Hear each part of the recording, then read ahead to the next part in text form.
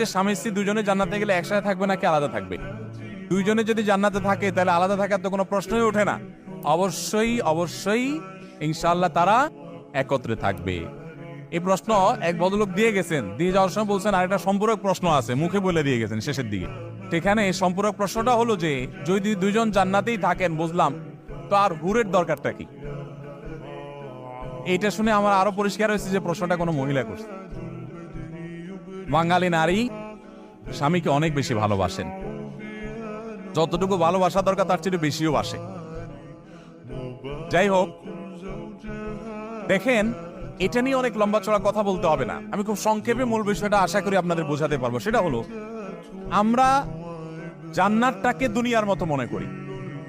দুনিয়াতে কোনো মহিলাই সতীন পছন্দ করে না, আছে কোনো মহিলা পৃথিবীতে? কেউই পছন্দ করে। আমরা মনে করি জান্নাতে গেলেও তো আমার এই হুট টুট থাকবে আমার স্বামীর আশপাশে, এগুলো দেখে তো আমার মেজাজ গরম হবে। তাহলে আবার জান্নাত হলো কি যেখানে আমার মনটা ভালো থাকবে না? এটা কেমন জান্নাত হলো? জান্নাত আজাকে আজারে না বাসত, জান্নাত তো সে জায়গা যেখানে কোনো কষ্ট হবে না। তা আমার কষ্ট থাকলে আর জান্নাত হলো কেমনে? এটার উত্তর হলো কোরআনে কারীমে আল্লাহ রাব্বুল আলামিন বলেছেন ওয়ানাযানা মা ফি সুদুরিহিম মিন গিল, জান্নাতীদের অন্তর থেকে হিংসা নামক আইটেমটা, এই যে আমাদের হিংসা হয়, ঈর্ষা হয়, মনে একজন আরেকজনের প্রতি দুঃখ লাগা কাজ করে, এই জিনিসটা আল্লাহ তাআলা আমাদের বডি থেকে বের করে দিবে। কোন জান্নাতীদের মধ্যে কোনো হিংসা থাকবে এবং পরশ্রী কাতরতা বলতে কিচ্ছু থাকবে না।